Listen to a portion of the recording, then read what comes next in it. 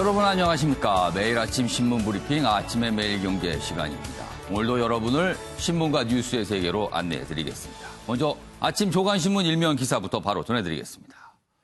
매일경제 일면 톱기사 코로나와 그리고 경제 얘기를 같이 하고 있습니다. 코로나 재확산 공포가 확산되고 있습니다. 코스피 지수 3.6% 하락했습니다. 그러니까 주식시장이 영향을 받고 있는 겁니다. 미국 연방준비제도 이사회, 미국 중앙은행이죠. 비관적인 경기 전망을 내놨는데 기관과 외국인 투자자들이 주식을 많이 팔았습니다. 그래서 코스닥 역시 3.3% 떨어졌고요. 원화값도 하락하고 있습니다. 금융시장이 출렁거리고 있습니다. 다음은 서울신문 보겠습니다. 서울신문 톱기사 역시 코로나 이야기를 다루고 있습니다. 서울 10명 이상 집회 전면 금지, 준 3단계 이렇게 돼 있습니다. 지금은요, 비상조치로 2단계까지, 사회적 거리두기 2단계 조치가 완전 시행 중이거든요. 그런데 서울시의 경우는 이보다 조금 더 나가서 3단계에 준하는 조치까지 갔습니다. 그러니까 10명 이상 집회가 금지된 겁니다. 오늘부터 30일까지 거리두기가 강화됩니다. 깜깜이 코로나 확진 2주 사이에 300명에 육박하고 있습니다. 잠복기 감안하면요, 9월 초에 2차 위기 우려가 있다는 겁니다. 오늘부터 전공의 무기한 파업에 돌입하죠. 지금 이런 상황에서는 이 파업도 있습니다. 문재인 대통령, 기적 같은 성과가 무너질 위기다. 모두가 노력해야 된다. 이렇게 당부했습니다. 이번엔 중앙일보 보겠습니다. 김정은 통치 스트레스 받고 있다. 그래서 김여정에게 위임 통치를 맡겼다. 자, 여기서 주목되는 거는요, 일단 위임 통치입니다. 북한과 관련해서 위임 통치란 말이 등장하는 거 제가 알기로는 처음인 것 같습니다. 1인 독재 권력 아니었습니까? 그리고요, 스트레스라는 얘기가 나왔습니다. 이거는 건강과 관련이 있어 보입니다. 내용 좀 더 자세히 보겠습니다. 어제 국정원이 국회에서 보고를 했는데 그 보고 내용입니다. 건강 이상설 자체는 부인을 했는데 이런 내용입니다. 김정은 여전히 절대 권력을 행사하고 있지만 대남, 대미 관련 권한에 대해서는 김여정, 동생인 김여정에게 이양을 했다. 그리고 경제와 군 관련된 권한도 이양을 다른 사람들에게 했다. 이렇게 어제 보고가 있었습니다. 마지막으로 한국일보입니다. 환자 등진 의정 갈등, 그러니까 의사와 정부의 갈등, 그리고 그 옆에는요, 자성론이는 개신교, 코로나 위기 속에 두 가지 모습이 있다라고 설명하고 있습니다. 먼저 의정 갈등, 전공의들이 오늘부터 파업에 들어갑니다. 대형병원 의사 절반 참여할 듯하다. 그리고 전임의 파업도 지금 예고가 돼 있죠. 그리고 그 옆으로는요, 종교와 관련돼 있습니다. 일부 교회 예배 강행한다. 이런 입장이 또 나오고 있나 봅니다. 반지성주의 고질병이다. 이런 자성의 목소리도 종교계에서 나오고 있다는 내용 담고 있습니다. 지금까지 일면기사 짚어봤고요. 오늘도 네 분 패널 자리하셨습니다. 한 분씩 소개해드리겠습니다. 먼저 김관호 계명대 교수 나오셨고요. 그 옆에는 이종근 시사평론가 자리하셨습니다. 그리고 주원규 삼육대 겸임교수도 자리하셨습니다. 마지막으로 조대원 정치평론가 나오셨습니다. 안녕하세요. 안녕하세요.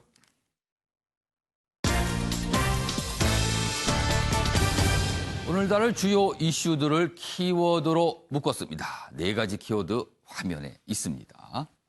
첫 번째 키워드 아수라장입니다. 어디가 이렇게 아수라장일까요? 밖이 아니고요. 어제 국회의 한 회의실에서 오늘 언론들이 아수라장이라고 묘사를 하고 있어요. 이 부분을. 두 번째 키워드는요. 위임 통치, 방금 일면 기사 북한과 관련돼 있습니다. 김정은 위원장이 일부 권한을 동생인 김여정에게 위임했다. 어제 위임 통치란 설명이 나왔습니다. 세 번째 키워드는요. 소비보다 저축. 얼마 전 지급된 재난지원금 그 효과 뭐가 있는지 통계가 나왔는데요. 깊게 들어가 보니까 많은 분들이 소비보다 저축을 하는 성향을 보여줬다. 뭐 이런 분석이 있습니다. 이 내용도 준비되어 있고요. 마지막 키워드는요. 또 정적 제거. 물음표가 찍혀 있습니다. 정적 제거하면 혹시 시청자 여러분께서 어떤 분이 떠오르실지 모르겠는데 저는 러시아 푸틴 대통령이 떠오릅니다. 오늘 그 얘기가 또 준비되어 있습니다.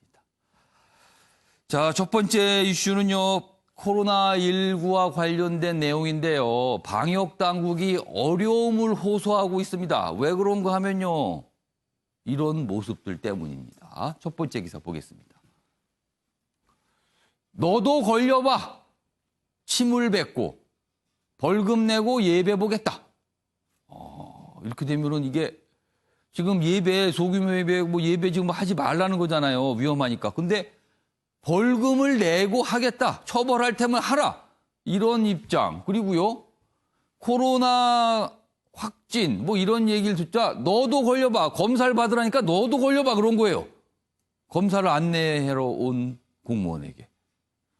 그럼 이거 어떡하죠? 돈 없는 방역 비협조다. 이렇게 제목이 돼 있습니다. 여기입니다. 요 아랫부분 좀 봐주세요. 정부가 검사를 강요한다. 교회에 뒤집어 씌운다. 뭐 이런 생각들을 하시는 분이 있답니다. 그러니까 못 믿겠다는 거죠. 그래서 이런 행동들이 나오나 봅니다. 지금요. 그리고 어제 사랑제일교회 뭐 입장문이 나왔는데 거기 또 뭐 여러 가지 또 얘기가 있고 뒷말들이 좀 있습니다. 저 끝으로 좀 가겠습니다. 여기 좀 기사를 좀 더 볼 텐데 여기 좀 이 마지막 부분을 좀 크게 좀 잡아주세요. 어제 경기도의 한 지역에서 교인인 부부가 코로나19 검사를 요구하는 보건소 직원에게 너도 걸려봐라. 이렇게 얘기하면서 강제로 껴안고 뭐 침을 뱉고 그랬답니다. 경기도가 이 내용에 대해서요. 일단 형사 고발을 하고 만약에 보건소 직원이 확진이 된다면 이거는 상해죄를 적용할 수 있다. 뭐 이런 입장도 나왔습니다. 그리고요 또 한교연이라고 나옵니다. 한국교회연합. 정부가 수도권 교회를 대상으로 내린 비대면 예배 뭐 이런 거 있잖아요. 이런 조치. 가능한 점 얼굴을 보지 않고 예배를 했으면 좋겠다는 이런 조치를 내렸는데 이거에 대해서 불복하면서 뭐 그대로 하겠다라는 입장을 보였다. 뭐 이런 내용도 여기 지금 담겨 있습니다. 그러니까 뭔가 정부의 조치, 방역 조치에 좀 반발하는 모습인 거죠. 참 이걸 어떻게 해봐야 되는지. 관련 기사 하나 더 보겠습니다. 확진자 눈덩이 그리고 교인들은 일부 비협조. 지금 많은 교인들분들 협조하고 잘하고 계십니다. 그러나 일각에서 지금 비협조하는 모습이 좀 강하게 나타나고 있어요. 인력 2배 늘려도 동선 추적 난항이다. 지금 어려움이 있다는 거죠. 어떤 어려움인가요? 여기 보면은 이 뭔가 조사를 하고 있는데 확진 속도가 더 빠른 겁니다. 그러니까 감당하기가 쉽지 않다는 거죠. 그리고 여기 좀 보세요. 구청들에서 나오는 하소연입니다. 한 사람의 동선이 하루에 50에서 60. 그러니까 50개가 훌쩍 넘어가는 동선이에요. 이거 다 파악해야 되잖아요. 그런데 조사 가능한 환자 이렇게 따지면 하루에 많아야 10명이다. 많아야 10명. 그러나 확진자 늘고 있잖아요. 그러니까 수십 명은 아직 조사조차 시작도 못했습니다. 이런 하소연이 나오고 있어요. 그리고 이 신도분들 중에서 지금 연락이 두절되는 경우가 있답니다. 근데 그분들 중에서 나오는 아마 이게 주장이겠죠? 검사 후 확진자 둔갑시키려 한다. 이런 불신이 있는 겁니다. 그래서 안 받으려는 거죠. 검사를.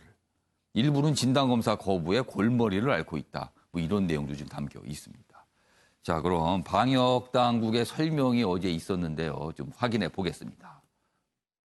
저희 방역당국으로서는 사랑제일교회에 이어서 지난 광복절 대규모 집회가 전국 확산의 기폭제로 작용하고 있지 않은가라고 판단하고 있습니다. 당시 버스 대절을 통해서 전국 각지에서 모였고 또 그 당시 집회를 통해서 감염 증폭이 충분히 일어날 수 있고 말씀드린 대로 이것이 전국 확산의 기폭제로 작용하는 것에 대비해서 시급하게 추가 전파를 차단하는 조치에 관계 당국의 모든 역량을 집결하고 있습니다. 현재 감염 상황은 전국 유행의 문턱에 서 있는 엄중한 상황임을 인식해 주시기 바랍니다. 김문학 교수님, 저 앞서서 친문기사 2개 전해 들었는데요. 이 방역의 비협조적인 모습들이 곳곳에서 나타나고 있다. 왜들 이러실까요? 그러니까 연초에 사실 우리 대구에서 확진자가 폭증했잖아요. 예. 그때 신천지 교회가 명단도 오류로 내보내고 협조를 잘 안 했다. 그래서 국민적인 지탄을 받았어요. 예. 지금 사랑제일교회가 그런 모습과 유사한 장면을 지금 보여주고 있다. 굉장히 안타까운 거죠. 그러니까 지금 예배를 보고 뭐 이런 것들이 사실 본인과 가족, 뭐 이웃 이게 종교의 본질 아닙니까? 예. 그런데 지금 이렇게 검사에 비협조적이고 뭔가 검사하는 분들에게 일부러 병을 좀 감염시키려고 하는 그런 태도. 이런 것들이 이웃을 사랑하는 건가요? 종교의 본질과는 완전히 거리가 있는. 그러니까 종교가 아니라 이미 이제 정치의 영역도 이미 벗어난 거 아닌가? 혐오와 뭐 이런 굉장히 어떻게 보면 적대적 감정 속에서 이런 행태를 벌이고 있다는 것은 반사회적이다라고 규정할 수밖에 없는 것 같아요. 그래서 이 부분은 저는 뭐 이 정광훈 목사가 사실 책임자잖아요. 지금 이 제일교회가 다른 확진율이라는 게 있잖아요. 양성률이라고 그러는데 다른 것이 8배 정도 된다 그래요. 그러니까 한 10명이다 그러면 한 이 2명 정도가 거의 20%에 준하는 분들이 사실 확진이 되고 있는데 이 정도면 모든 분들이 사실상 이제 검사를 받게 해야 되거든요. 그런데 지금도 700명이 안 되고 있다. 두절이 되고 있다. 그럼 이분들이 어디 다니고 한 분이 3명을 감염시킬 수 있다 그러잖아요. 이 상황을 어떻게 방치를 한다는 거는 진짜 한국 사회에 아주 빠르게 감염될 수 있는 위험을 사실상 던져주고 있는 거나 마찬가지입니다. 책임 있는 목사 또는 교인이다라고 얘기하기 굉장히 어렵고요. 저는 이번 기회에 전체적인 어떤 교회 차원에서 반성이 필요하다고 생각하고 아까 벌금 300만 원 내고 그냥 예배 강행하겠다. 예배하지 말라는 게 아니거든요. 그러니까 비대면으로 영상으로 이제 화상으로 하면 되잖아요. 그런데 굳이 그거를 이제 대면으로 해가지고 방역 준칙이 또 있는데 그것도 안 지키고 이렇게 해서 사실 늘어나고 있고 많은 교회들에서 조금씩 지금 확산이 되고 있는데 이것이 더 확산된다.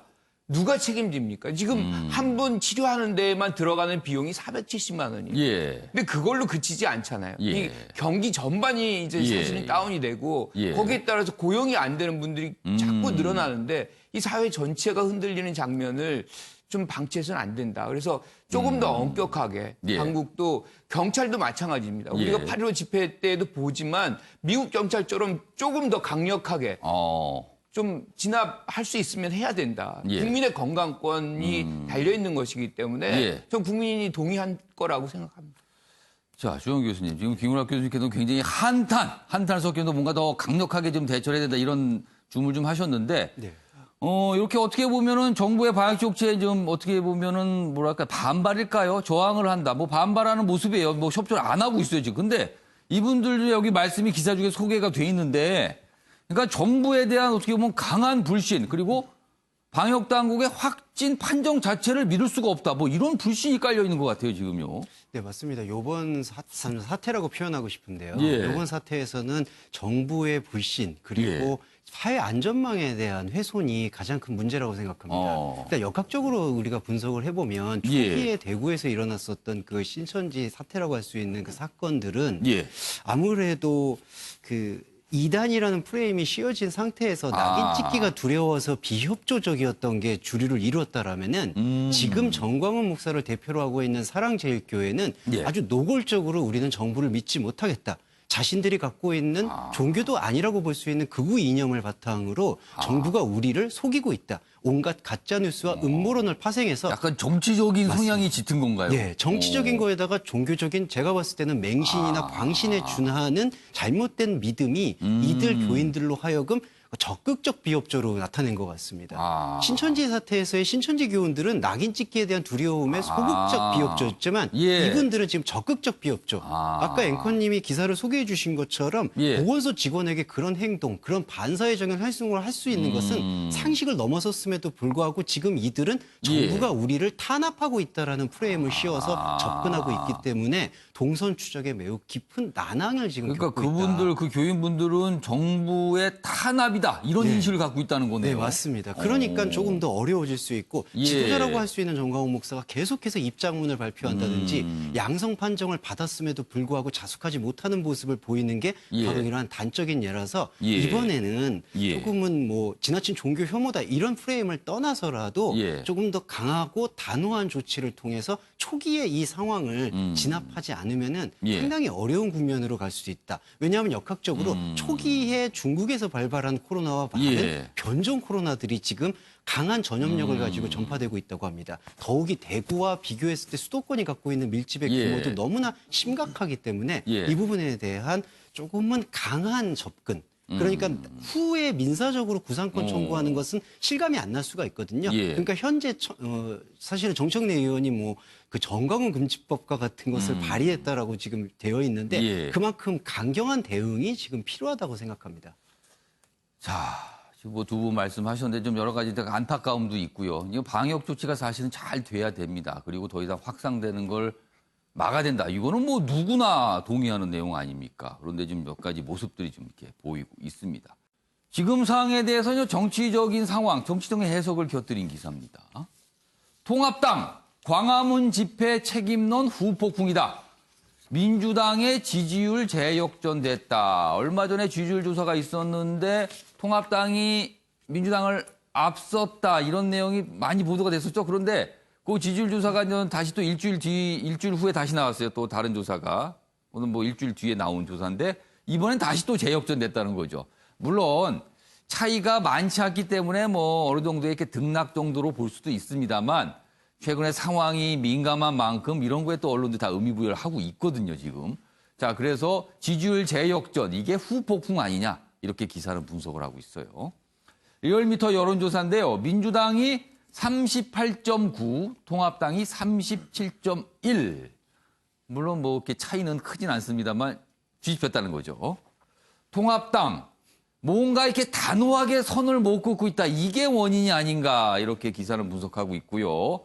20, 30대 그리고 중도층 여기는 어떻게 이른바 이제 스윙 보터죠. 상황에 따라서 지지하는 곳을 바꾸는 경향이 있다. 이게 여기 쪽 이 지지층 이쪽 유권자층에 뭔가 변화가 생긴 거 아니냐 이렇게 얘기했는데 자 여기 민주당과 통합당의 얘기가 각각 있습니다. 민주당 통합당 참가자들 좋지 않았다. 책임져야 된다. 맹공을 지금 연일하고 있어요. 그래서 통합당은요. 왜 우리한테 방역 실패를 전가하는가? 책임 회피다. 유치하고 치졸하다. 또 이렇게 반발하고 있습니다. 이런 상황에서 지지율 조사가 결과가 나왔는데 재역전이 됐다. 이렇게 되어 있습니다. 자, 그럼요. 이와 관련해서 문재인 대통령이 어제 이런 방역과 관련해서 한 얘기가 있고요. 그리고 통합당에서도 나온 말이 있습니다. 영상으로 묶었습니다. 보시죠. 우리가 오히려 코로나 장기화로 이번 주가 특히 중요합니다. 더 이상 방역을 악화시키지 않고 코로나를 통제할 수 있도록 종교가 모범이 되어 주시길 부탁드립니다.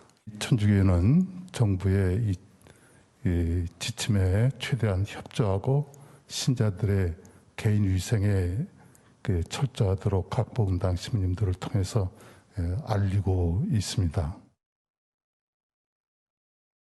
광복절 집회와 이 통합당은 아무 관계가 없어요.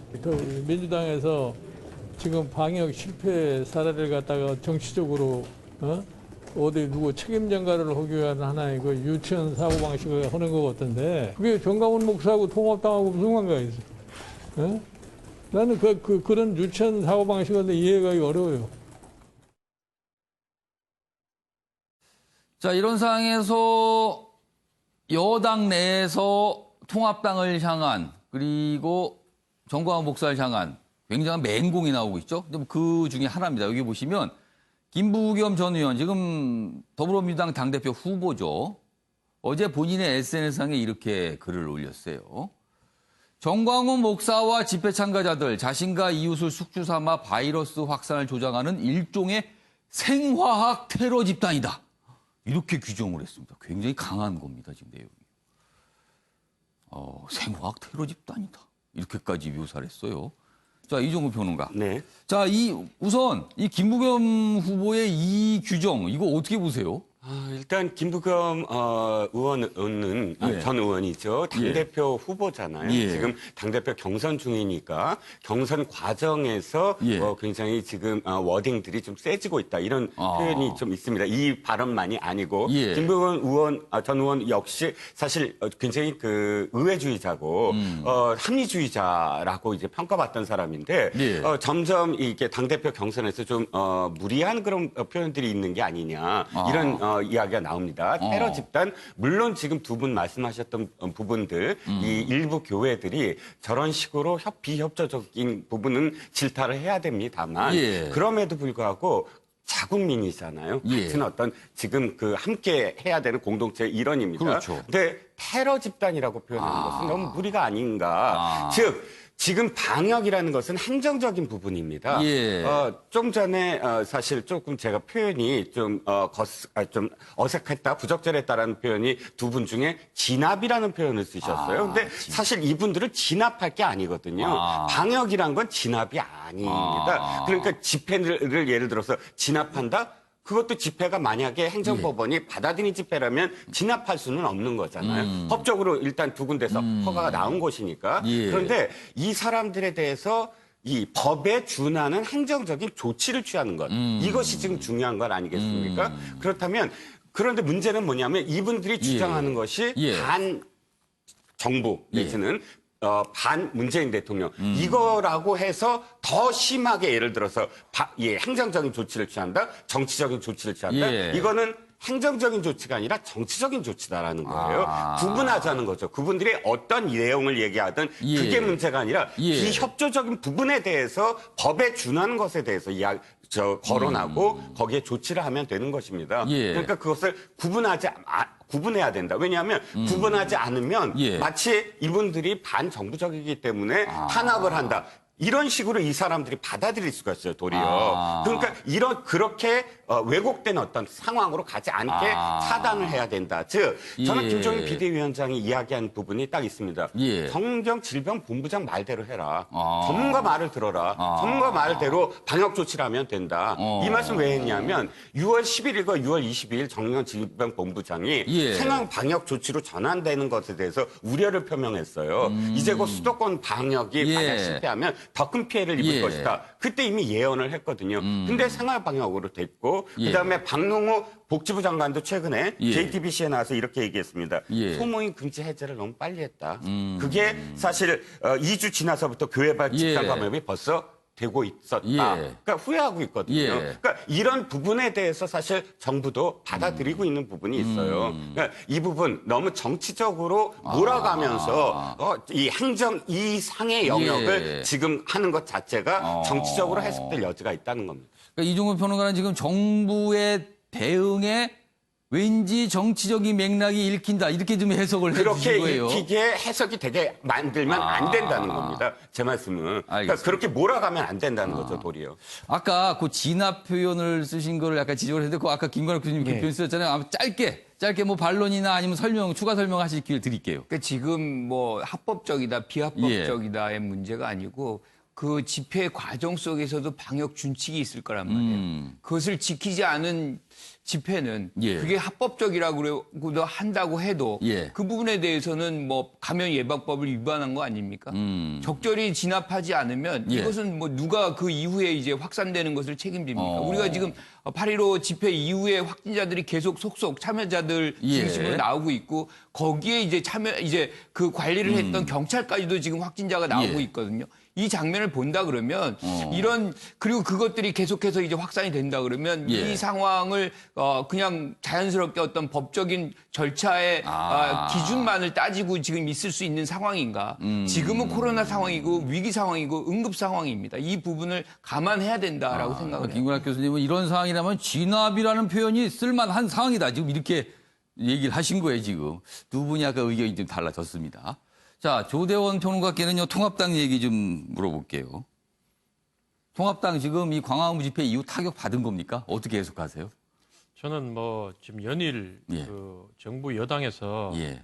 통합당에게 책임을 씌우려고 정치 공세를 하고 있지만 사실은 국민들은 이미 예. 이 사건과 통합당의 관계는 이제 미미하다, 이제 없다. 예전 자유한국당 때 그 황교안 대표가 이끌던 당과 지금 김종인 비대위원장이 이끄는 당은 이미 이 모습과 정책과 그다음에 쓰는 말 이런 게 다 달라졌기 때문에 예. 국민들도 그걸 알고 있기 때문에 현재 지지율에서 지금 정당 여론조사에서 어떻게 나왔냐면 민주당이 4.1%가 올랐지만 예. 통합당도 0.8%가 올라요. 이게 통합당이 광화문 집회에 책임 있다면 이게 지지율이 빠져야 되는데 떨어져야 되는데. 그렇죠.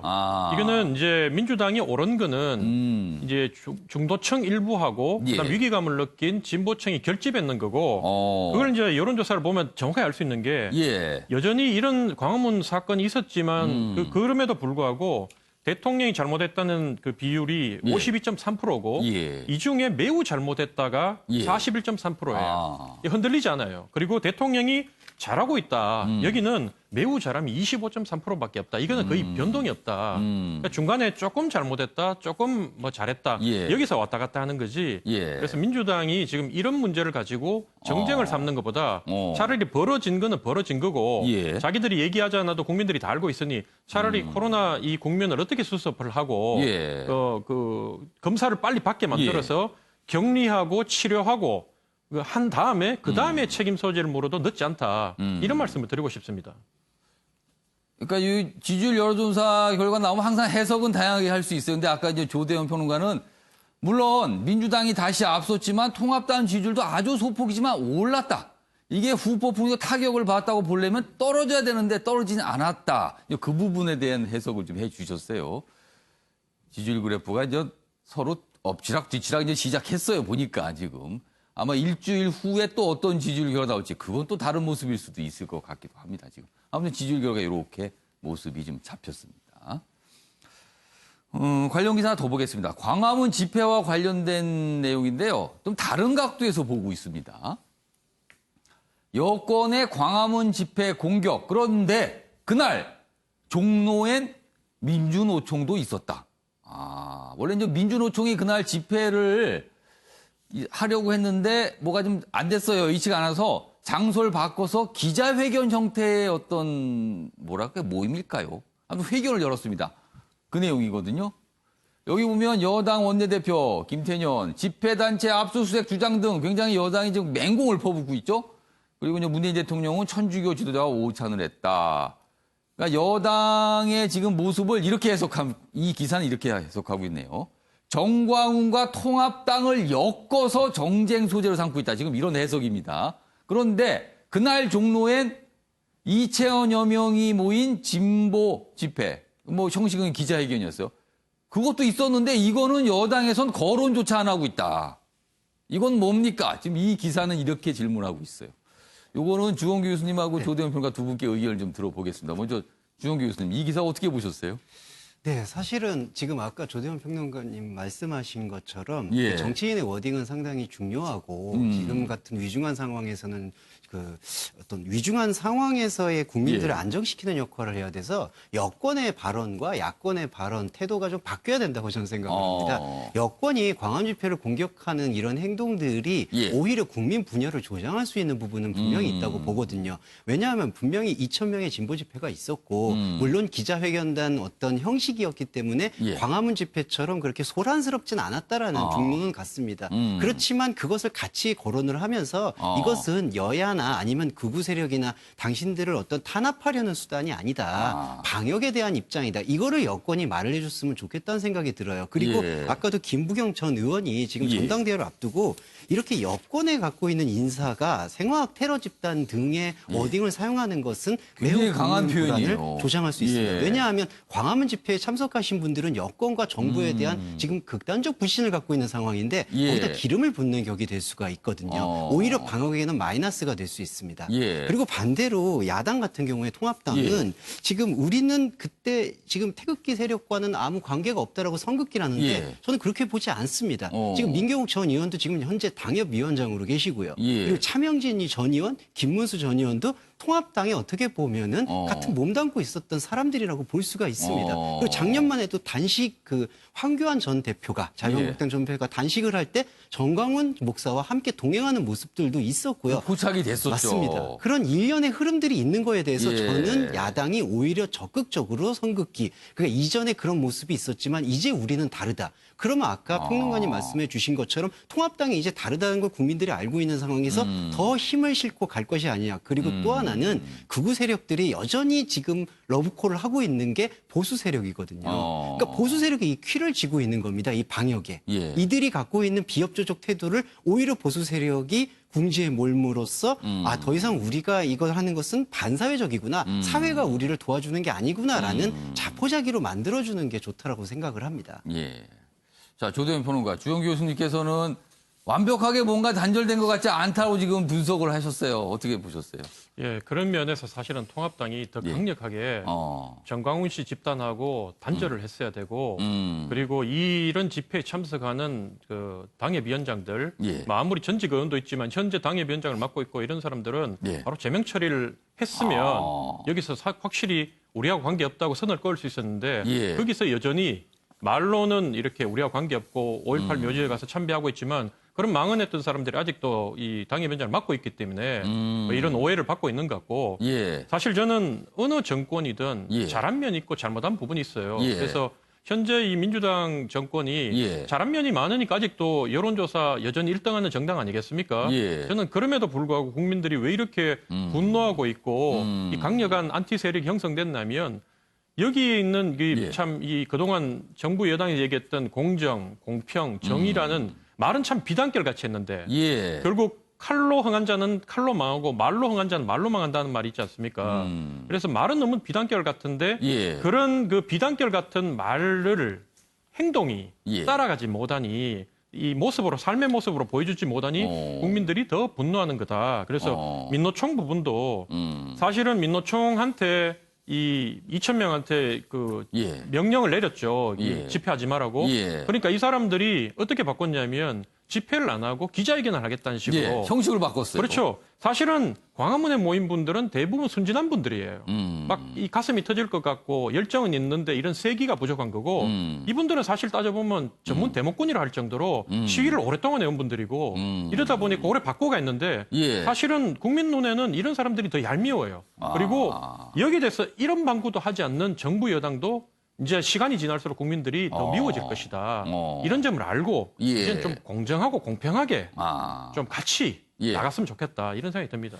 자, 이종훈 평론가가 하신 말씀이 있으시다고 표시를 해주셨어요. 말씀드리면 저는 기본적으로 전제가 정광훈 목사를 지지하지도 않고 그 사람의 정치적 노선도 저는 반대합니다. 그 사랑제일교회 저는 비판받아 마땅하다고 생각하는데 다만 우리가 어떤 프레임이 있어요. 어떤 프레임이냐면 광화문 집회는 정광훈 목사가 주최했고 거기 나간 사람들은 사랑제일교회 사람들이 거의 다 있다? 이건 아니거든요. 자, 광화문 집회 26개 단체가 사실 그 집회를 주최를 하려고 했는데 그중에 거의 다 이제 행정법원에서 각하를 하고 두 군데만 뭐 허락을 내줬습니다. 그 100명 정도의 어떤 인원이라고 신청을 했지만 많은 사람들이 모였어요. 그날 저는 나가보진 않았지만 그 쭉 이렇게 그 정보 보고를 받아본 상황에서는 그 두 군데의 집회는 있었고 그다음에 나머지는 누가 주최하지도 않고 근데 행진을 벌이고 했다. 그러니까 누가 주최하지도 않았는데도 많은 사람들이 한 마음으로 했다. 이런 어떤 얘기가 나옵니다. 이 말씀 왜 드리냐면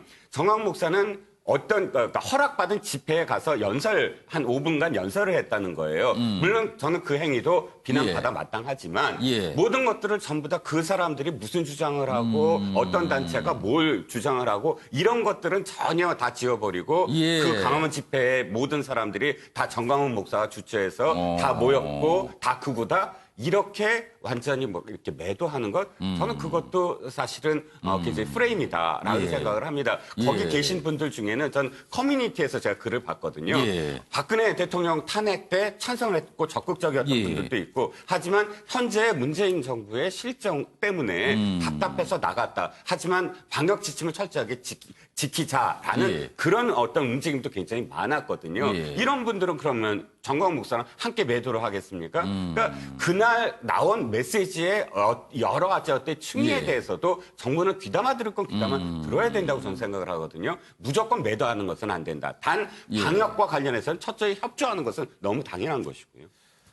자, 코로나19 이게 원래 본질은 방역이잖아요. 방역. 그리고 확산을 막자. 뭐 이건데 지금 여기에 다른 것들이 섞여 들어가 있습니다. 일단 종교라는 얘기가 자꾸 나오고 있고요. 그리고 여야 뭐 정치 뭐 이렇게 등장합니다, 지금.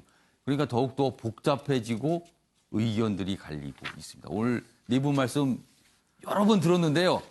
의견들이 다 각각 좀 약간 다르게 말씀들을 하셨어요. 그러니까 그만큼 이게 사안이 좀 복잡해졌다는 뜻도 될 것 같습니다. 자, 이런 가운데 국회 어제 만만치 않은 모습이 나타났어요. 국회에서 느닷없이 여야 의원 간의 막말 설전이 벌어진 겁니다. 무슨 일이 도대체 있었던 건지 영상 톡으로 준비했습니다. 보시죠.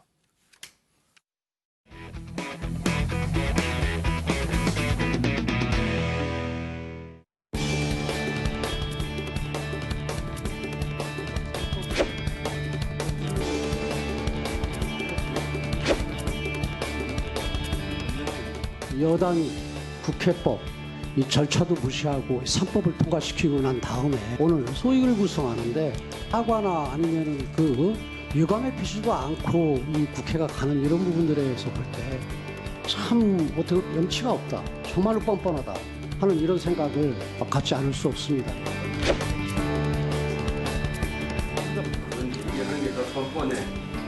말을 그렇게 함부로 하나 그래. 뭘 함부로 해? 뭘 함부로 하는데 이 사람아? 자. 아무 얘기나 다 하는 게 아니라고. 입이 마크 따위로 하네? 뭘 주시게? 어린 것이 말이야.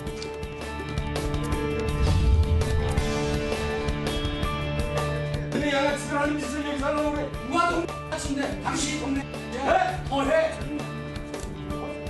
뭐 잠시 좀 화장실이라도 좀 다녀오십시오.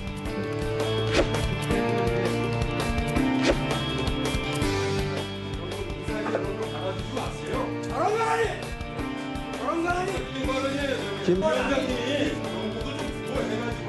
자, 예. 자, 위원님. 자, 김경엽 위원님, 김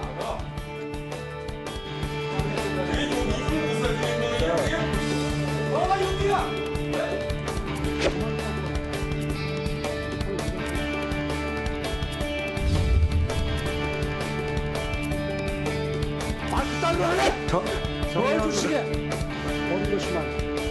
아, 두 분 좀 나가서 다투세요, 그럼.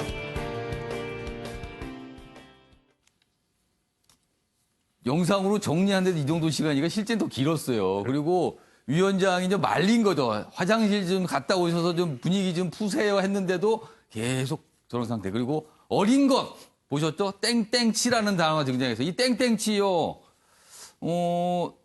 그러니까 평상시에 잘못 쓰면요 큰일 납니다. 이 단어요. 잘못 쓰면 진짜 큰일 납니다. 근데 어디 나왔어요 이 단어가. 자, 김건학 교수님. 예. 코로나 상황 한마디 해주시죠. 예, 코로나 상황에서 일부 예. 교회가 보여주는 그 행태들, 예. 그 한탄스러움을 또 우리가 얘기를 했는데 예. 이 부분은 더하네요.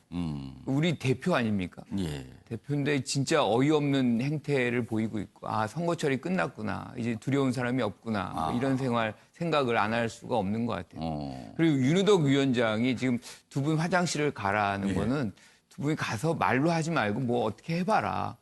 어떻게 해봅니까? 승패를 가리고 하라, 뭐 이런 것 같아요. 얼마나 해석을 하셨어요? 예. 오. 그러니까 이 지경이 되면 예. 지금 국민들이 국회에 대한 신뢰가 가뜩이나 없는데 어떻게 신뢰를 갖고 이 장면을 보겠습니까? 그리고 지금 상황이 코로나에다가 수해에다가 예. 국회가 해야 될 문제 해결적 역량을 보여줘야 되는 이 상황인데 여기에서 뭐 나이가 어떻다 뭐 이런 얘기를 하면서 두 분이서 저렇게 한다는 것은 국민을 더 힘들게 하고 국민 대표로서의 어떤 자격이 없다는 것을 또 다시 한번 보여주는 건 아닌가. 그런데 이제 이 본질로 돌아가면 사실은 야당 의원이 지금 얘기하는 부분 중에 이제 뭐 우리가 이제 입법 3법하고 부동산 3법. 그렇죠. 부동산 3법에 대한 부분이잖아요. 이렇게 일방 처리한 거에 대해서 뭐 유감 표명해라 뭐 이런 식인데 저는 그 부분은 좀 맞다고 생각을 해요. 그러니까 그 부분에 대해서 여당의 원내 총무가 뭐 일정 부분 얘기를 하고 이렇게 가면 좋았을 텐데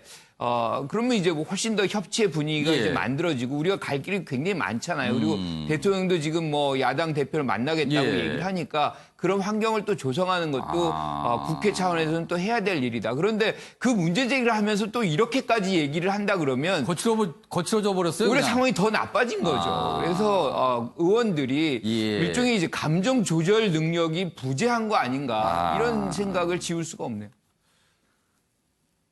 그러니까 사실은요, 이게 어떻게 보면 좀 느닷없이 돌출이 됐어요, 어제 상황이. 뭐, 사실 저 자리에서 이렇게 싸울 뭐 이런 분위기는 아니었는데, 뭔가 얘기를 하는데 그만큼 여야 의원들끼리 뭔가 쌓여있다라고 볼 수도 있을 것 같아요. 쌓여있는 모습이 뭔가 폭발한 거죠. 노대현 평론가, 김구락 교수님께서 잠깐 언급하셨는데, 시작은 부동산 3법과 관련된 얘기를 하면서, 아니, 이렇게 회의를 뭐 사실 속개하고 하려면은 여당 쪽에서 그 부분 사과라도 해야 되는 거 아닙니까? 강행 처리한 거. 이렇게 얘기하면서 시작이 됐어요. 내용 측면은 그렇습니다.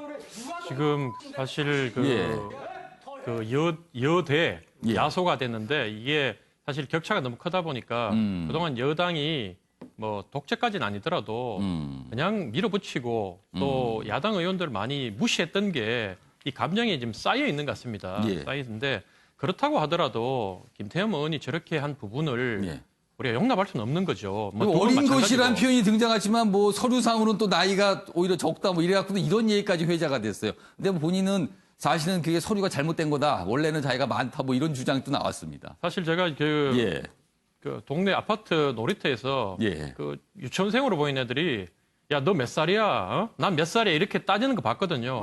참 그 유치하지 않습니까, 이게? 그 어린애들 수준이고 저는 이분들이 두 가지를 지적하고 싶은 게 첫 번째는 카메라가 돌아가고 있고 이 부분이 외부로 노출이 돼서 논란이 될 걸 이분들은 이미 알고 있었고. 왜냐하면 상임위 회의는 다 그렇죠. 녹화가 되거든요. 두 번째는 이렇게 행동을 하더라도 내가 공천받는데 그리고 지역구에서 선거 이기는데 지장이 없다는 판단이 끝났기 때문에 이분들이 이렇게 막말을 하고 진짜 이런 추한 모습을 보이고 하는 거고 저는 만약 이분들이 그 일산 제가 있는 지역구인 일산같이 보수 정당이 어려운 지역에서 정치를 하고 있다면 이분이 과연 삼선을 했겠나 싶고 마찬가지로 민주당 의원도 그 저기 김영춘이나 그 김혜영 의원 같이 여당에서 나름 합리적인 발언을 하는 분들 보면 다들 지역구가 부산 그 어려운 지역 아닙니까? 여당에는 어려운 지역구. 그렇죠. 그래서 이게 그냥 쉬운 곳 텃밭에서 갖다 꽂으면 되는 지역에서 3선, 4선, 5선을 해도 국회의원 수준이 이거밖에 안 되고 정말 이걸 보면서 얼마 전에 4선 연임 금지하자는 법안을 미래통합당이 내려고 하다가 결국 반대로 못 냈는데 그 당시에 그런 법안을 마련한 국가가 멕시코하고 그다음에 저기 그 후진국 한 군데 필리핀하고 있는데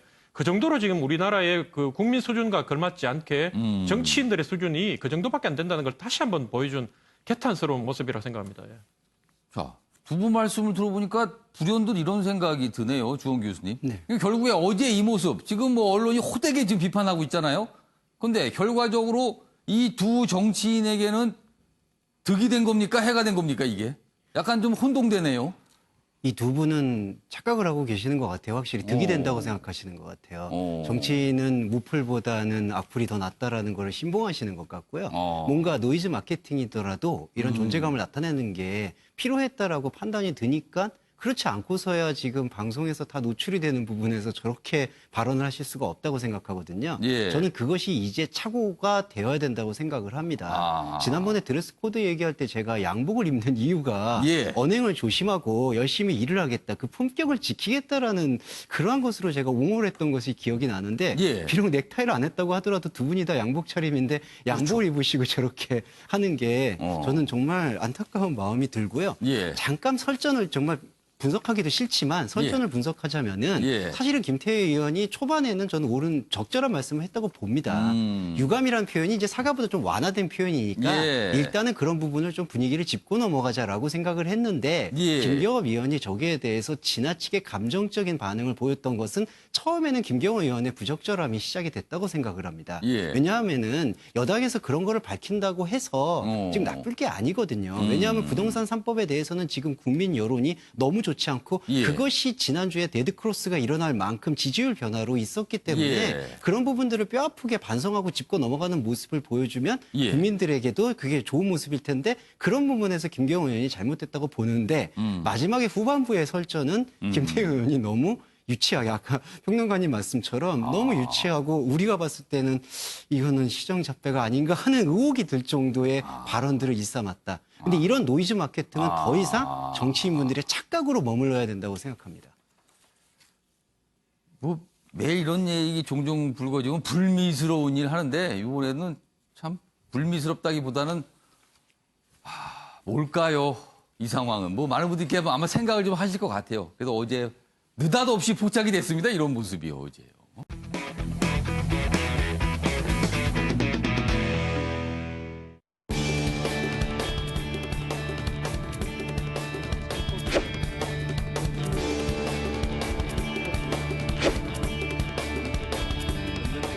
여당이 국회법 이 절차도 무시하고 3법을 통과시키고 난 다음에 오늘 소위를 구성하는데 사과나 아니면은 그 유감에 피지도 않고 이 국회가 가는 이런 부분들에 대해서 볼 때 참 어떻게 염치가 없다, 정말로 뻔뻔하다 하는 이런 생각을 갖지 않을 수 없습니다.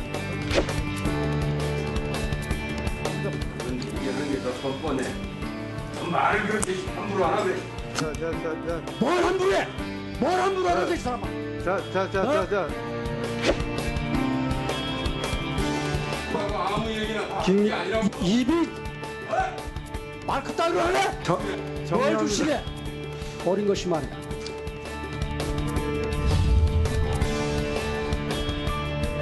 너네 양아치들 하는 짓을 여기 살라고 그래. 누가 동네 당신이 동네 해? 뭐 잠시 좀 화장실이라도 좀 다녀오십시오.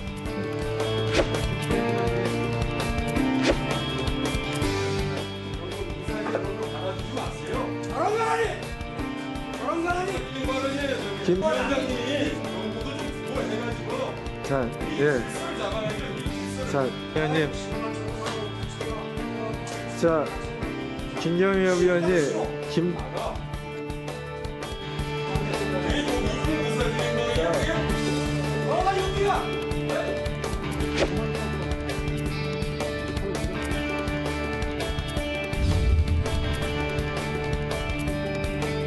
말 그따위로 하네? 뭘 주시게? 어린 것이 말이야. 아, 두 분 좀 나가서 다투세요, 그래. 자, 다음 주제로 가겠습니다. 북한 얘기 좀 해보겠습니다. 일명 기사 때 전해드렸습니다. 위임 통치, 뭐 이런 분석이 나왔어요. 국정원의 분석인 거죠, 이게. 내용 좀 보겠습니다. 매일경제기사입니다. 북한 김정은 일부 권력 이양했다. 김여정이 위임 통치다. 그러니까 일부 분야에 대해서 실질적으로 일을 하고 있다는 거죠. 뭐 대신, 위임이니까 대신 뭘 받아서 하고 있다는 거예요. 어제 국정원이 국회 정보위원회에 북한 최근 동향과 관련된 보고를 했고요. 그 보고가 여야 간사를 통해서 언론에 브리핑이 됐습니다. 그 내용입니다. 통치 스트레스 경감 차원에서 이렇게 위임 통치로 가고 있는 거다. 그리고 정책 실패 책임을 회피하려는 의도도 읽힌다. 분석입니다. 일단 북한이 이렇게 설명한 건 아니에요. 국정원의 분석이 그렇다는 거죠. 경제 분야는 박봉주, 김덕훈에, 군사는 최부일, 이병철에 이렇게 각각 위임을 한 거예요. 대남 문제는 김여정에 이렇게 간 겁니다. 지금 국정원 김정은 건강엔 이상이 없는 걸로 파악하고 있다. 또 이런 보고도 있었다고 합니다. 관련 기사 하나 더 보겠습니다. 김여정 위상 강화, 북한 주민들에게 담아 외우게 할 정도다. 그러니까 이 기사는 여러 분야를 각각의 사람에게 위임 통치했다. 일단 그렇게 보고가 됐는데 꼭 그런 걸까? 그거 이상이 아닐까? 뭐 이렇게 좀 분석을 한 기사예요. 그래서 이 정도면은 북한 주민들이 김여정 담화를 외울 정도면 이거는 단순한 위임 통치 이상 아닌가? 뭐 이런 겁니다. 국정 전반 보고 김여정에게 올라가고 있다. 일각에선 후계자 성격도 있는 거 아니냐? 이 정도면은 단순한 이인자 그 이상 아닐까? 뭐 이런 겁니다. 그리고 김정은 하노이에서 무오류성, 그렇죠. 북한 표현으로 최고 지존의 무오류성인데 이게 상처를 입었다는 거죠. 그래서 책임 분담이 목적이다. 그러니까 위임이라기보다는 책임을 분산시키는 목적이 더 크다. 이런 분석도 나오고 있다고 소개하고 있습니다. 자, 그럼 어제 국회 정보위 여야 간사가 설명을 했는데요. 그 모습 확인해 보겠습니다. 이제 김여정이 이제 국정 전반에 있어서 위임 통치 하고 있다. 그리고 이것은 후계자 결정한 것은 아니다. 후계자 통치는 아니다. 김정은이 여전히 절대 권력을 행사하고 있지만 과거에 비해서는 조금씩 권한을 이양한 거다. 보고도 김여정이 받고 이제 다시 김정은한테 올라가고. 김정은 권한 이양이 혹시 김정은 건강 이상이나 이런 거라고 보는 건 아닌가요? 그건 전혀 없는 것 같습니다. 실질적으로도 여러 가지 통로를 여러 가지 첩보와 이런 걸 통해서 확인을 하고 있는 것 같습니다. 자, 북한과 관련해서 위임 통치란 표현이 등장한 거 하면 전례가 없는 것 같아요. 그리고 언론들 어제 국정이 그렇게 분석을 했는데 두 가지로 분석이 돼 있어요. 위임 통치라는 성격이 있다. 그리고 책임 회피라는 성격이 있다. 자, 김건학 교수님께 보시기에는 김건학 교수님 전공이 나왔습니다. 이제 분석 좀 해주세요. 두 가지 중에 어느 쪽에 좀 더 무게가 있는 것 같습니까? 그러니까 위임이라는 단어, 이양이라는 단어가 동시에 나왔는데 이 부분은 북한 단어는 아닐 거예요. 그런데 이제 우리가 해석을 한 것 같아요. 국정원에서 해석해서 쓰는 것일 텐데 이 단어가 나왔다는 것 자체가 사실 굉장히 의미가 큰 거죠. 그러니까 70년이 넘게 1인 통치체제, 1인 그렇죠. 우상체제를 유지했던 데서 위임이다, 이양이다 뭐 이런 단어는 전혀 있지 않았거든요. 그러니까 북한을 볼 때 단순히 독재 권력이라는 표현을 넣어서 1인 절대 권력 이렇게 절대 등장합니다. 권력입니다. 그러니까 김일성이 김정일을 후계자로 키울 때에도 이런 단어는 안 나왔어요. 근데 이런 단어가 나온다는 것은 근본적으로 1인 통치체제 시스템에 뭔가 이 지속 가능성의 한계를 김정은이 느꼈을 수 있겠다. 그래서 이걸 일종의 이제 분할 위임 통치 체제로 이전시키는. 그러니까 우리가 이제 회사로 얘기하면 책임 경영 체제의 일부를 그렇게 해서 군사 분야 2명, 뭐 경제 분야 2명, 그리고 그거를 지휘하는 것이 김여정 이렇게 해서 체계화하는 것인데 며칠 전에 당 전원회의에서 이걸 제도화하지는 않았어요. 그러니까 이거를 작동은 이렇게 하지만 실질적으로 이렇게 작동하지만 제도적으로 완전히 굳어져 가지고 뭔가 국가 권력의 어떤 구조 자체가 변화된 것 같지는 않습니다. 그러니까 우리가 좀 신중하게 봐야 되는 것인데 어떤 형태로든 지금 김정은한테는 굉장히 어려운 시기죠. 왜냐하면 코로나 어려움이 있는 것 같아요. 그렇죠. 코로나, 수해, 경제 위기, 북미 회담은 난항에 모든 것이 사실 위기에 봉착된 상황. 이것이 주는 저는 스트레스라고 얘기하기는 좀 그렇지만 어쨌든 혼자서 모든 부담을 갖고서 가는 것이 효율적이냐라는 것에 대해서 본인 스스로가 좀 회의를 느끼지 않았을까. 뭐 이런 것들을 좀 서구에서 그나마 공부했던 이 김정이나 김여정이 조금 다른 방식의 어떤 통치 시스템을 지금 모색하는 것의 시작점이 아닌가. 뭐 이렇게 좀 평가를 할 수 있을 것 같아요. 약간 과거의 북한과는 다른 새로운 통치 시스템을 좀 시험하고 있는 게 아닌가. 그렇죠. 그런데 혹시 북한 내부의 만일의 상황을 대비한다는 측면도 좀 있는 걸까요? 그러니까 이제 그 얘기가 사실은 김정은이 실질적으로 육체적인 어떤 어려움이 있는 거 아니냐. 그것을 대비해서 김여정을 후계자로 구도로 하는 것 아니냐. 저는 좀 반대로 봅니다. 이렇게 분할해서 위임 통치 하에도 본인 스스로가 이 통제력을 유지할 수 있는 아주 강고한 권력을 갖고 있다는 그 자신감 속에서 지금 이거를. 권력은 오로지 한 곳에 있는 거고. 그렇지. 여전히 내가 다 통제하고 있는데 이것이 비효율적이고 사실상 이것이 나한테 주는 어떤 부담감만 예. 더 큰 거지 잘 작동이 안 된다라고 이제 본인이 느꼈을 수 그럼 있거든요. 권력을 나눠준 게 아니라 역할을 나눠줬다고 그렇죠. 보는 거네요. 역할을 분할한 거다라고 보는 것이 저는 맞다고 봐요. 그래서 예. 실질적으로 뭔가 이상이 있다, 육체적으로. 그러면 이거는 굉장히 큰 뉴스고 예. 김여정이 2인자뿐만 아니라 실질적인 어떤 권력자로 부상할 수 있는데 예. 그런 단계까지는 아니지 않나 뭐 이렇게 추측을 해봅니다. 뭐 스트레스 얘기가 나왔어요. 어제 분석에 스트레스. 북한 분석하면서 스트레스라는 표현이 등장하는 것도 참 이례적인데 관련 기사가 또 하나 더 있습니다. 보시죠. 국정원 김정은 건강 이상 없다 이렇게 분석했어요. 그런데 통치 스트레스 때문에 뭔가 위임 통치가 이루어졌다 이렇게 또 분석을 했어요. 근데 그거에 대해서 조선일보는 뭐가 앞뒤가 안 맞는 거 아닙니까? 이렇게 기사로 다루고 있는 거예요. 아니 건강에 이상이 없다면서 웬 통치 스트레스입니까? 또 이렇게 묻고 있는 거죠. 그러면서 이런 내용도 다루고 있습니다. 130kg 고도 비만의 흡연 음주. 130kg인가요? 김정은의 몸무게는 극비상 아닙니까? 근데 아무튼 이렇게 알려지고 있다고 돼 있습니다. 흡연 음주도 있고요. 심장질환 가족력, 당뇨도 추정이 된다. 이렇게 해서 건강 상태 이것만 봐도 좋지 않잖아요. 지금 비만에다가 흡연 음주, 심장질환, 당뇨까지. 그래서 이 통치 스트레스가 이게 건강 문제하고 관련된 거 아닌가. 또 이렇게 좀 기사는 다루고 있습니다. 이종구 평론가. 네네. 스트레스. 얼핏 생각하기에 건강 문제하고 연결이 되는데요, 사실은. 네, 그렇습니다. 어떻게 보세요? 우리나라식으로 얘기하면 통치 스트레스라고 이야기하면 사실상 정신적으로 굉장히 큰 의학적으로 병명이 될 수가 있잖아요. 그럼 병으로 갈 수 있습니다. 그런데 건강은 이상이 없다. 그러니까 이 기사가 지금 앞뒤가 안 맞지 않느냐. 권한을 넘길 정도의 스트레스라면 엄청난 이 건강 뭔가 문제가 있는 거 아니냐는 여길 수 있는 부분인데 근데 또 아까 여야 간사가 기자들의 질문에 아주 단호하게 지금 부인을 했지 않습니까? 국정원에서는 여러 가지 이상이 없다. 근데 이상이 없다라는 건 이미 좀 전에 기사로서 좀 보일 수가 있어요. 좀 전에 기사 다시 보여주시면 김정은 얼굴이 나오는 사진이 있습니다. 아까 그 기사에. 그게 바로 이틀 전 19일에 당 전원회의를 주재하는 그런 사진이거든요. 물론 그 밑에 이제 사진 설명에는 약간 얼굴이 부은 게 아니냐, 뭐, 이렇게 표현은 됐지만, 그럼에도 불구하고 당 전원회의를 지난해 12월 달에 이어서 또 지금 한 8개월 만에 다시 열었다는 것. 그리고 당 전원회의에서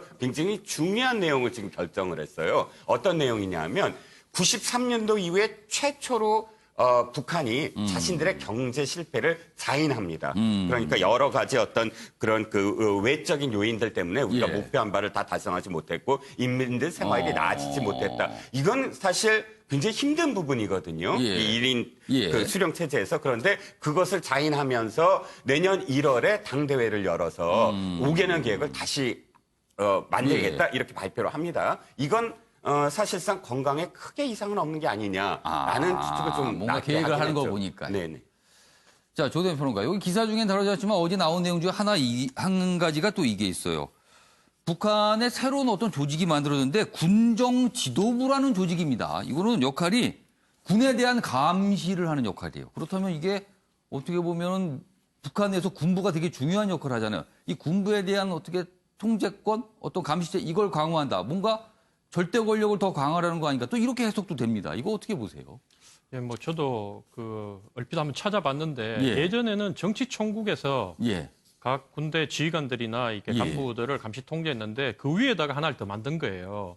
그걸 가지고 이제 그 가장 측근을 갖다가 박봉준과 측근을 갖다가 이제 그 김정은 직속으로 넣어서 군대도 이제는 완전히 장악해서 이제는 뭐 그동안은 북한의 아버지나 할아버지 때도 군부의 눈치는 좀 봤는데 김정은 같은 경우는 이제는 군부마저도 완전히 자기 손아귀에 장악해서 나가려는 의도로 보이고 어쨌든 이번에 이래 보면 우리가 이제 늘 얘기하지만 측근 정치를 하게 되면 그만큼 믿을 사람이 많지 않기 때문에 뭐 이런 게 아니냐는 비판도 받고 하는데 북한도 사실은 김여정이 이렇게 부각이 되고 하는 부분은 도리어 뭐 남자 형제보다는 여자 형제가 더 안전하다고 느끼는 것 같고 북한이 뭐 성평등도가 이렇게 남한보다도 이렇게 앞서 있는 나라가 아니다 보니 뭐 그런 것도 좀 있는 것 같고 하지만 그만큼 지금 현재 김정은이 믿을 사람이 없다는 걸 단적으로 나타내 주는 게 아닌가 이런 생각이 듭니다. 아무튼 뭐 분석입니다. 국정원의 분석. 뭐 정확한 것은 다른 게 있을 수 있습니다만 일단 국정원은 우리나라 최고의 정보기관 그리고 북한 정보를 아주 정밀하게 다루는 곳이니까 일단 이렇게 이해가 좀 되고 있습니다. 북한에 뭔가 아무튼 변화의 모습이 있다라는 거죠. 자, 아침에 매일경제는 오늘도 유튜브를 통해서 생중계되고 있습니다. 그리고 많은 분들이 오늘 주제에 대해서 댓글을 올려주셨어요. 또 몇 가지 댓글을 좀 선정을 했습니다. 첫 번째는 코로나19와 관련돼서 이런 댓글이 올라와 있습니다. 다른 나라에서도 우리나라 방역을 믿고 배우려 했는데 우리 국민이면서 비협조적인 행동이 상식 밖이다. 이렇게 지적을 해주셨고요. 통합당 말로만 관계없다면 뭐예요? 집회 참석한 의원들 경질해야지요. 이렇게 질타도 남겨주셨어요. 집회에서 그렇게 됐으면 거기에서 나온 목소리는 묻혀야 하는 건가? 집회 자체의 어떤 취지, 목소리는 좀 귀에 담아들어야 되는 거 아닌가? 또 이런 지적도 남겨주셨습니다. 자, 국회에서 어제 있었던 모습, 그거에 대한 댓글도 있는데요. 국회 개혁부터 해야 될 것 같네요.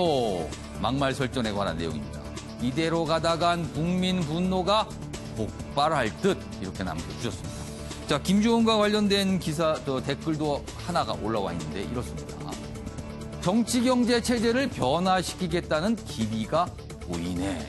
뭔가 변화를 하려는 것 같다. 이렇게 해석을 해주셨습니다. 자, 오늘도 댓글 올려주신 시청자 여러분께 감사 말씀드리겠습니다. 자, 다음은 나라 밖 소식 두 가지가 준비되어 있는데요. 속도를 좀 내보겠습니다. 푸틴의 최대 정적, 차 마신 뒤 의식불명. 이게 이상한 거예요. 차를 마시는데 왜 의식불명이 됐을까요? 마신 뒤에. 그리고 그 인물이 바로 푸틴의 정적이라는 거죠. 푸틴 입장에서는 아주 싫은 존재가 되는 거죠. 반정부 시위 주도하던 나발리, 이런 이름의 정치인인데 차를 마신 후, 공항에서 차를 마신 후 비행기에 탑승했는데 기내에서 쓰러져서 중환자실로 갔답니다. 독극물 중독인 듯 상태 심각하다는 거예요. 다음 기사 하나 더 있습니다. 역시 같은 내용입니다. 그런데 작년 구금 때도 화학물질로 발작을 일으켰어요. 그때도 뭔가 테러라고 그랬던 거죠. 그런데 반푸틴 인사 의문의 사고가 계속 잇따르고 있는 거예요. 뭔가 또 푸틴의 그림자가 있는 거 아니냐. 지금 기사는 이렇게 보고 있습니다. 김광학 교수님, 푸틴의 그림자 맞습니까? 그렇죠. 정치적 라이벌들이 이렇게 갑자기 병고를 당하는 수가 이렇게 많은 사람은 지금 이 기사에는요 없거든요. 여러 명이 소개돼 있어요. 기존에 있었던 다리에서 분들이요. 총 맞고 뭐 예. 예컨대 지금과 같이 차를 마셨는데 뭔가 쓰러지고 이렇게 해서 죽은 사람이 여러 명이에요. 예. 그거를 우리가 우연이라고 생각하기는 굉장히 어렵거든요. 그러니까 본인이 아닐지라도 본인을 추종하는 어떤 세력 속에서 이렇게 정적을 제거하는 장면들이 나온 것 아닌가라고 이렇게 추측을 해보는 아주 심증이 많이 가는 추측을 하게끔 하는 그런 장면인 거죠. 이게 비행기를 탔는데 뭔가를 마셨는데 또 어떤 경우는 5명이 차를 같이 마셨는데 본인만 정적만 쓰러져서 죽고 나머지는 멀쩡합니다. 뭐죠? 그러니까 이걸 어떻게 해석해야 되나요? 그러니까 지금 우리가 이제 이 러시아 같은 경우도 절차적 민주주의는 해요. 투표를 합니다. 근데 사실상 어떻게 보면 가장 초보적인 단계의 민주주의라고 할 수 있지 실질적인 어떤 우리가 얘기하는 공고화된 민주주의 그것과는 굉장히 거리가 먼 상태다. 이렇게뿐이 평가할 수가 없겠네요. 그러니까 무슨 이런 어떤 뭐 암살, 뭐 독극물 이런 거에 대해서 자꾸 러시아 푸틴 대통령이 이렇게 같이 거론이 된 기사들이 종종 나옵니다. 이렇게. 이번에도 역시 의심을 사고 있다 이런 얘기입니다. 다음 기사 보겠습니다. 이번엔 독일에서 있었던 일인데요. 매일 하루 2번씩 독일 개 산책 법안 논란. 이런 법안도 있어요. 의무적으로 하루에 2번 개를 산책시켜야 된다는 법안이 있답니다. 독일에서 법안이 발의가 됐대요. 그러자 독일 내 여론이요. 정부가 이런 것까지 간섭하는가? 이런 비판이에요. 반발이 그렇습니다. 그러니까 매일 의무적으로 2번 산책해야 돼. 동물에 대한 권리를 보호한다는 이런 취지예요. 비난을 받고 있는데 이런 반응이 있답니다.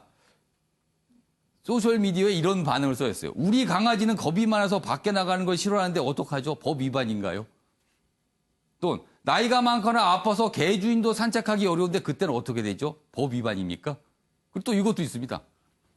왜 고양이를 뺐죠? 고양이도 산책 좋아하면 해야 되는 거 아닙니까? 뭐 이런 반발들이 나옵니다. 이건 비아냥이죠, 사실은요. 주원규 교수님. 네. 정부가 어디까지 해야 되는가 이런 거에 대한 의문을 좀 남기고 있어요, 지금요. 이게 먼 나라 얘기 같지만 사실 우리도 이제 얘기가 될 것 같습니다. 예. 근데 이 지금 해프닝은 사실은 요 클레크너 장관이 되게 어떤 정치인으로 촉망받다가 예. 사실 좀 위상이 좀 떨어져가지고 그러니까 차기 요번에 총리 뭐 이렇게 좀 거론됐던 분이죠. 맞습니다. 좀 법안으로 밀어붙이려는 무리수를 뒀다. 그게 좀 강제산책 법안이라는 걸 이거를 내면은 아마 유권자들이 좋아하시겠다 이런 생각이었을까요? 네, 그래서 그런 해프닝으로 좀 읽히기도 하는데 근데 전반적으로 문화를 보면 독일은 거의 19% 정도가 강아지 반려동물을 키우고 있거든요. 강아지를 비롯해서 고양이까지. 그리고 반려동물에 대한 관심도가 상당히 높습니다. 행정명령, 뭐 유기되는 동물에 대한 행정명령이라든지 그런 환경보호에 대한 관심은 상당히 높다고 볼 수 있습니다. 그래서 이제 법안에 논란되는 정부의 과도한 간섭에 대해서는 이제 비판이 되겠지만 곧 우리나라에서도 이렇게 반려동물에 대한 여러 가지 법안이나 행정명령에 대한 인식도 좀 필요하다는 생각을 하고요. 끝으로 이런 얘기를 많이 하십니다. 지금 다 생활이 어려운데 무슨 반려동물 얘기냐라고 하는데 오히려 코로나 시대는 지금 멘탈 데미기 훨씬 더 방지가 중요하다고 생각합니다. 심리적 치유. 아까도 우리 김정은 위원장의 그 통치 스트레스 얘기했지만 건강에 상당한 악영향을 줄 수가 있거든요. 그러니까 우리가 이런 해프닝을 그래도 해프닝으로 보되 앞으로 우리도 유기동물에 대한 어떤 문제, 동물 학대에 대한 문제도 돌아볼 계기가 됐으면 좋겠습니다. 그러니까 좀 참고를 할 만하다는 거죠. 우리나라도 독일에서 뭐 이런 개 산책 법안이 다 있었구나. 그러면서 이 내용을 좀 참고는 할 만하다. 이런 설명이셨습니다. 자, 다음은 마지막 이슈가 되는데요. 경제의 핵심을 짚어주는 경제 브리핑 순서입니다. 보시죠.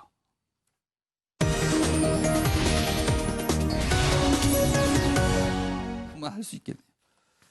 자, 경제 브리핑 시간 첫 번째 오늘 주제는 재난지원금 얘기예요. 재난지원금들 다들 받으셔서 다 사용하셨죠?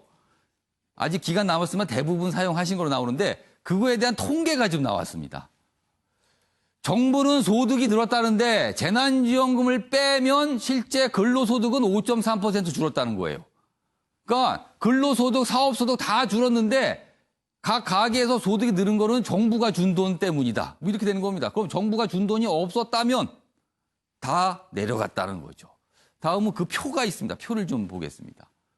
여기 보시면요. 이 표가 이렇습니다. 여기 보면 맨 위에 빨간색이 그 가구의 소득이 늘어난 비율입니다. 이게 퍼센트거든요. 다 늘었잖아요. 1분위, 2분위, 3분위, 5분위 다 소득 수준별로는 다 늘었어요. 그런데 근로소득 보세요. 다 마이너스죠. 사업소득 마이너스예요.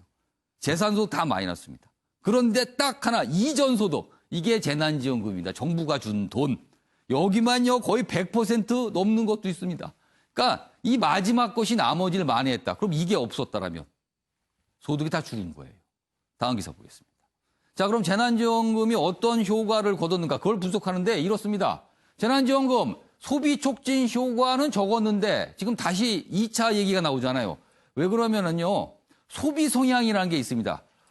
소비 성향은요. 처분 가능 소득 중에 실제로 소비 지출이 얼마나 이루어졌는가 비율인데 그 비율이 전년 동기, 올해 2분기가 전년 동기하고 비교해 보니까 오히려 줄었어요. 그럼 안 쓴 겁니다. 재난지원금 쓰라고 드린 거 아니에요? 그럼 재난지원금을 쓰고요. 원래 소비했던 그 몫은 저축으로 갔다고 분석이 되고 있어요. 그럼 이게 재난지원금 효과가 있는 거냐라는 의문이 드는 대목이 되는 겁니다. 자, 이종근 평론가. 이런 상황에서 2차 재난지원금 얘기가 나오는데 이거 어떻게 보세요? 자, 재난지원금을 뭐 해야 되느냐 말아야 되느냐 했을 때 반대하는 측 논리가 일본의 경우를 예를 들었습니다. 일본에서도 지원금을 줬는데 당시에 어떻게 됐느냐? 소비하지 않고 전부 다 저축으로 돌렸거든요. 그렇기 때문에 우리나라도 사실은 그게 지금 이런 재난 상황에서 누가 소비를 늘리겠느냐 이런 우려가 있었거든요. 결과적으로는 그런데 재난지원금이 받았을 때 다른 부분은 뭐 저축을 했다. 전체적으로 지출이 늘어난 건 아니다. 이런 결과가 나왔습니다. 중요한 건 이겁니다. 효과가 전혀 없지는 않았습니다. 당연히 효과는 있는데. 소득이 늘어나는 효과는 거둔 것 같긴 해요. 그리고 당시에 어쨌든 일부 자영업자들의 어떤 소득이 늘어난 건 사실이에요. 많이 지출했기 때문에 부분적이지만 문제는 앞으로 어떻게 될지 모른다. 그러니까 이 스페인 독감처럼 이 1년 더 넘게 가면서 더 큰 2차, 3차 파도가 일어났을 때는 그럼 또 어떻게 할 것이냐라는 문제가 남아있거든요. 너무 쉽게 결정하지 않되 그러나 효과를 진짜 따져봐야 된다. 이것이 계속 거듭되면 캠퍼 주사, 캄프루 주사 계속 맞으면 내성이 생깁니다. 내성이 생기면 전혀 이 효과가 없을 수도 있거든요. 저는 하지 말아라는 것이 아니라 신중해야 된다라는 생각입니다. 그러니까 이 재난지원금에 어떤 계속 지급되는 이 지속성에 대한 의문이 있으니까 사람들이 안 쓰고 일단 아껴둔다. 뭐 이런 측면이 포착이 됐다는 내용입니다.